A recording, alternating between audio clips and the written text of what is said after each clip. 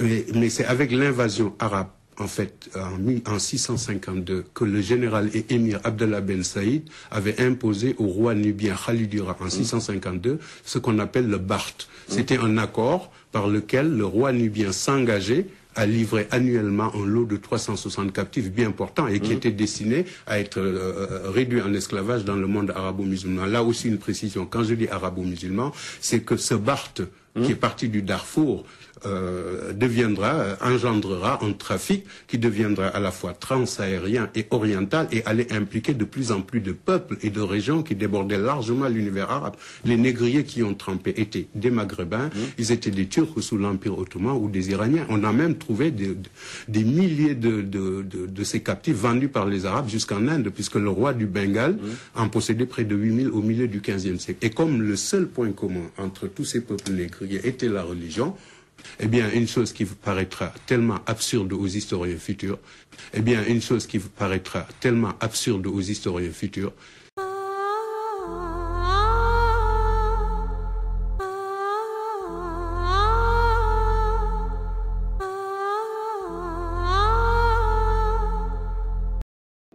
Les chaînes, c'est pour les captifs. Les chaînes, c'est pour l'esclave qui vient de devenir esclave. Mais l'esclave descendant de plusieurs générations, il est esclave même dans sa tête. Les chaînes, c'est pour les captifs. Les chaînes, c'est pour l'esclave qui vient de devenir esclave. Mais l'esclave descendant de plusieurs générations, il est esclave même dans sa tête.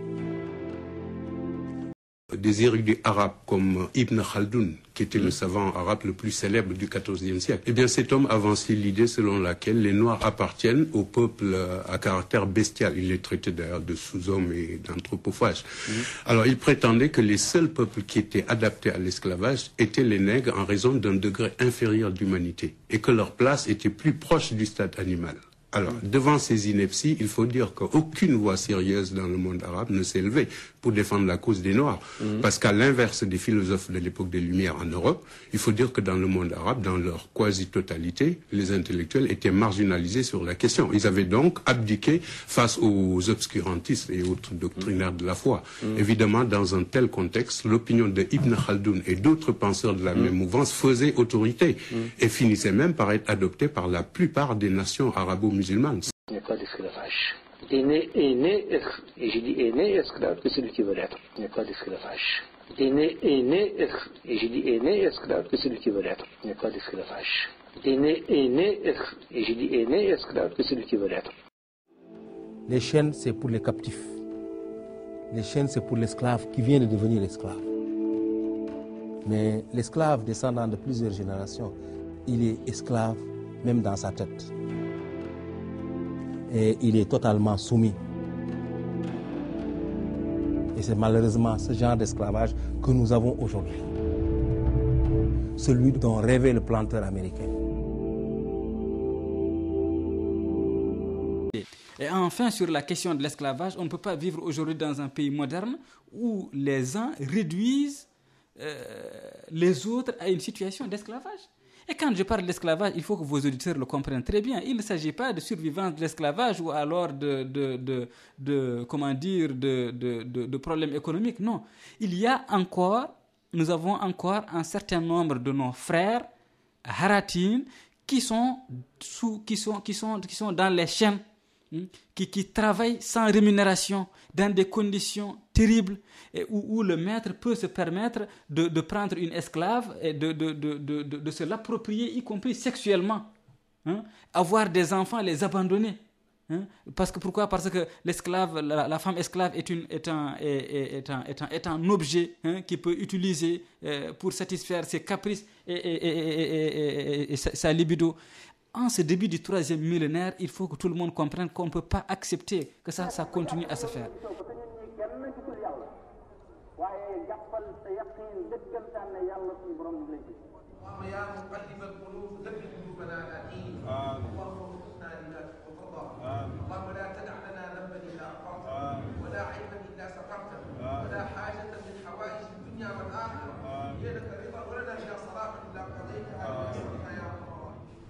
الله أكبر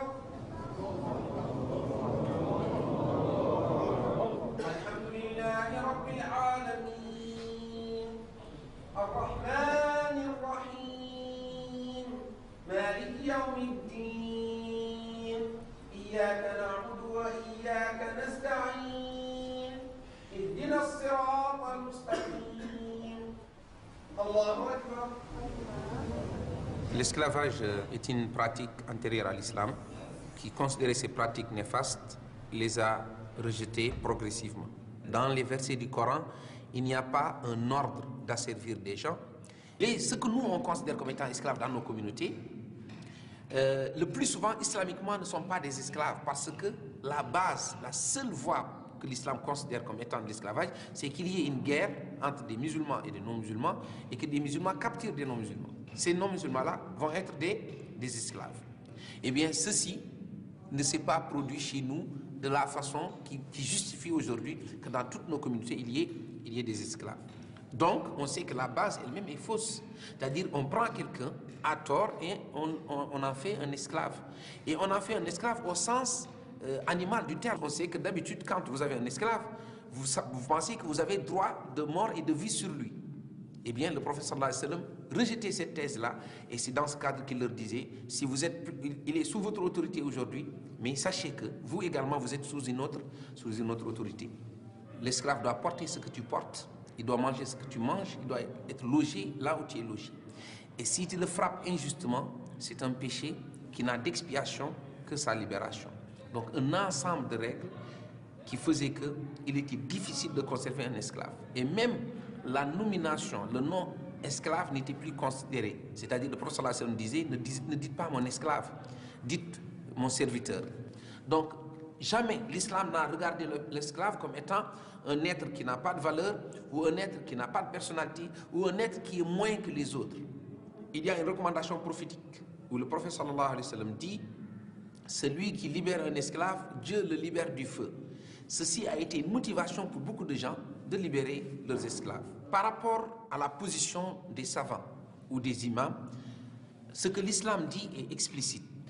On peut être imam et avoir un esclave, et on peut être savant et avoir un esclave. Est-ce que le comportement qu'on aura, en principe, le comportement doit être islamique? Parce que l'imam est la référence, le savant est une référence.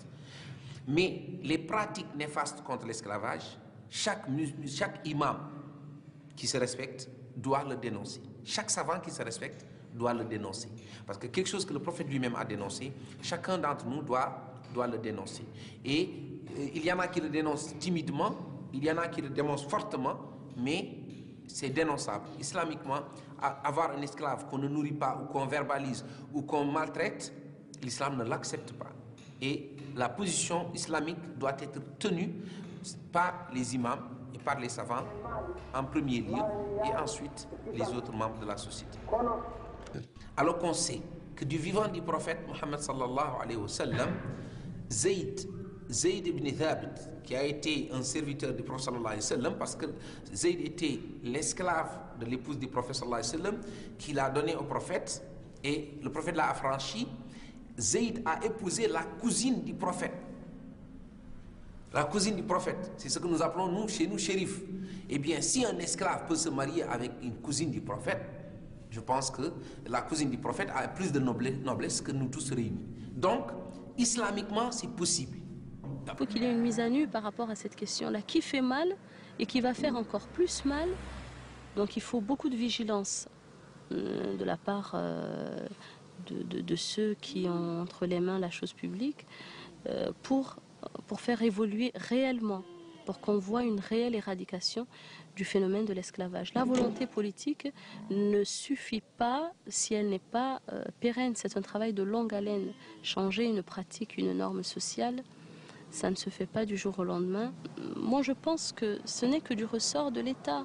L'État seul peut s'inscrire dans la rupture, peut imposer la rupture d'un ordre. Il faut une autorité. Il faut une autorité par rapport aux sociétés. Une loi qui tend à changer une pratique sociale doit être accompagnée de certaines mesures. La loi en elle-même ne suffit pas. Il faut beaucoup de sensibilisation, beaucoup d'interpellation. Il faut montrer le bien qu'il y a à suivre la loi. Et aussi tout ce qu'on peut subir à ne pas respecter la loi. Members of another anti-slavery group called IRA Mauritania have been imprisoned for speaking out.